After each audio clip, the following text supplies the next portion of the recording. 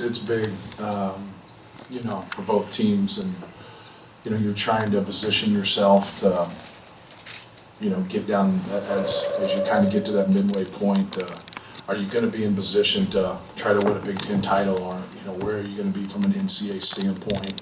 And we already lost a home game, and you just have to be able to hold serve at home and win. And but no, it's a huge game, for both teams, and the rivalry's big. But more than anything, like just trying to get another win in the Big Ten and try to keep our positioning, where it is. And obviously we got 9 more games to play, but this was a huge win for us. We're very fortunate because the other team deserved to win too. Matt, what's the message going into halftime, and then in the second half? What were kind of the couple of the plays that just turned it in your favor? I thought they manhandled us a couple times at the rim. I thought they were quicker to the ball than we were. That was first and foremost. I thought Luke Goody had a big hand in the first half.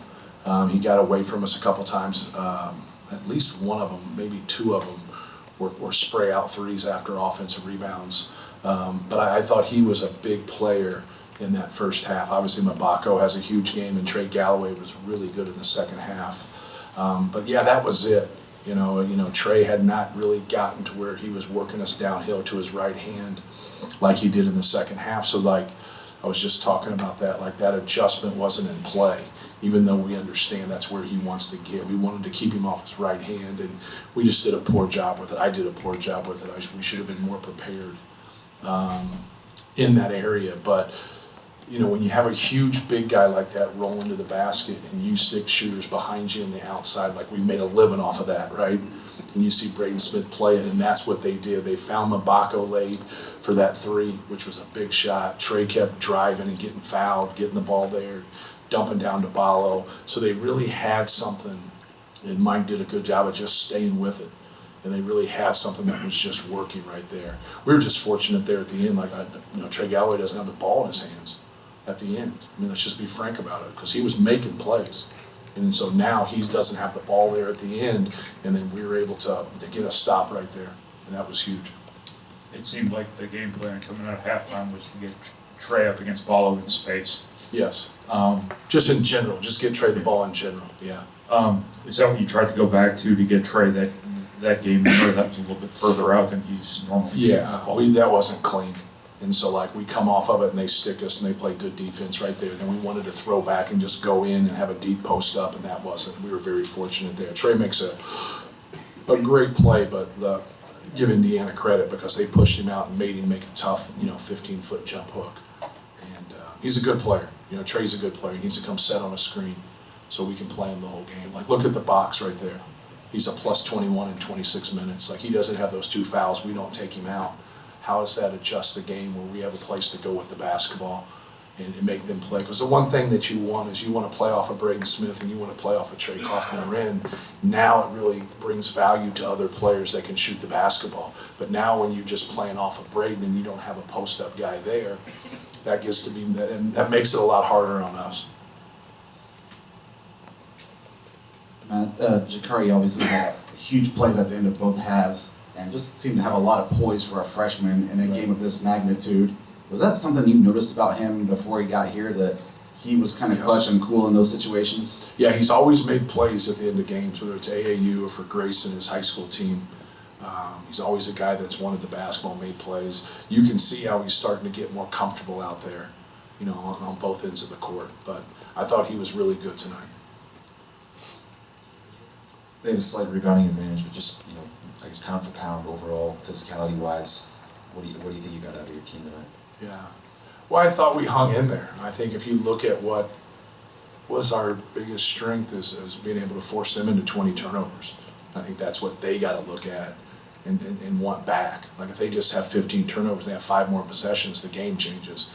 We're looking at it from a rebounding standpoint. So I think we out-rebounded by 1 in the second half, but they had us by 7, I think, in the first half. So I normally go to the possession piece of it more than anything. But, hats off to them. They deserve to win. They did. Both teams deserve to win. We were very, very fortunate, to win the game. So like going back, like you got to look at wins sometimes like losses, not in terms of because you feel good about it. You know what I mean? Like the one possession and they win, you feel awful about it. But we have to do a better job rebounding. When we get into rotations and then we have to rebound, that gets a little bit hard for us. But I didn't think we were quick to the ball. I didn't think we had enough jumpers. You got to jump. You got to go get it. Like we had guys looking. Like and sometimes people that are mammoth like that, that are space eaters, like they'll get you to freeze with their contact. They'll just get you to nail your feet to the ground. But like that wasn't always happening. All right, you're just dealing with one guy. There's 4 guys out there. We didn't have enough guys, flying in there. I thought it was better in the second half, but it still has to be more consistent. Matt, Raleigh gets the technical in the first half, freshman in his first Purdue game. Is that just a teachable moment, just something quick that I happened? still don't know what happened. They just said he just kept talking. I said he's one of the nicest kids I've ever coached.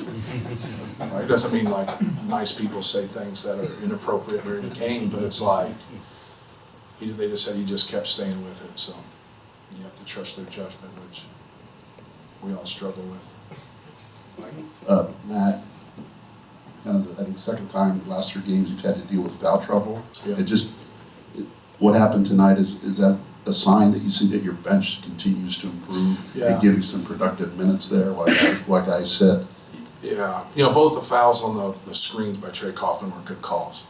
Like you can't move there at the end. They got Indiana on an open court one. They got Indiana on another one. They were very consistent with that. But both of his fouls there were good calls. Like he just missed it. But it's one of those things that if you can end up winning a game, you like the experience that you had. But then if it would have cost you, because you would just go back and look at Trey Kaufman's minutes and how good we were with him on the floor versus we weren't. Like we're a plus 21 with him on the floor and we win by 5.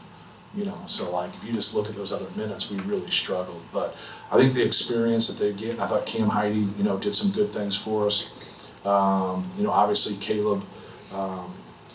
The thing about having guys in the game, can you function and can they take care of the basketball and can they guard and know what they're doing? And we're getting better at that across the board. Like we're just our functionality is better. Like today wasn't our best day, but I think Indiana had a lot to do with that. You talked a lot coming into the season about expanding role for Trey and how that was going to lead to expanded production, but it also means maybe kind of taking more on your shoulders in these bigger games. Was there something about him that you thought would also be ready for that moment, just kind of the magnitude of having to be the guy that carries the emotion and the pressure of those moments? Right, well he's worked really hard, he's put in a lot of time, and I build confidence in guys through just watching them and seeing how productive they are in workouts and practices and things of that nature. So he's always been, making those improvements. Now he's got to be more accountable. Like you can't leave the game right there on something. Sometimes you get to where you compete and like you go get a ball, someone slides under you and you just go over their back, but you didn't intend to do that. When you're setting a screen, you're intending to set a screen. Like be legal. And we spend a lot of time on screens. It's very important for how we play. But you got to be legal. Like that accountability is where he's got to grow because we need him to stay in the game. And then he doesn't like the shuffling back and forth. Well, what the hell are you supposed to do? You got to protect somebody that means so much for you. But then we don't get him back in there. We're not winning that game, right? But no, he's worked really hard and he's done a great job and he's one of the best bigs in our league. He's very consistent. The games that he struggles, you're like, man, he's just got to be better. Then you look at the box score and he's got 17 and 8. He's really been consistent for us. Could you go into that last possession kind of on Indiana's end of the floor with Jakari just able to get in front of Rice and just have good defensive position? That's what you're hoping, at that point, and he limits himself by coming up the side of the court. So then you can load up a little bit, but he didn't get deep enough, with that drive. And so, you're on the move. So, you got to be able to guard him and to load up right there. And that was, for us, our concern in that situation would have been Trey Galloway. That was who was torching us. He was getting to the rim. He was making plays. He was the guy that was feeling it. And Mabako was just steady. He was steady the whole game. I know he ends up having 25, but he was consistent. Had a good first half, had a good second half, and he really got it. So the guys that were getting us, don't have the ball in their hands. And so like now we want to keep that, and you're up against the clock. So we were, like I said earlier, we were very fortunate. Can you just put into perspective what Jakari and CJ's collective comfort, their improvement, whatever it might be, has meant to your team right now, whether it's CJ rebounding, Jakari defending, both of those guys being able to get out in transition? Yeah, just, being solid, and, it's really hard when guys, CJ starts and plays 17 minutes. I had him out way too much in the second half. I've done that a couple times, but it's hard because you're playing other guys. Like, you're trying to give guys that are playing well, that rhythm, and not get him out of rhythm. But no, they both improved defensively. Their ball pressure has really helped us. We lead the Big Ten in forced turnovers, and I think anybody that covers us would laugh at that, 6-7 weeks ago, me included. And they've just kept getting better. They've kept improving. And now they give us something that we didn't have earlier in the year, but they're also learning to be consistent sometimes with inconsistent minutes. They both play 17 to 21 minutes, and Miles plays 10 minutes. That's hard, man. When you play 35 minutes, you get a feel for what's going on out there. But they've really given us a punch, and they've done a lot of little things for us. CJ has 0 turnovers and G has 0 turnovers. So being able to play the game, not turn the ball over, and do a good job defensively, really helps us. Thank you, guys.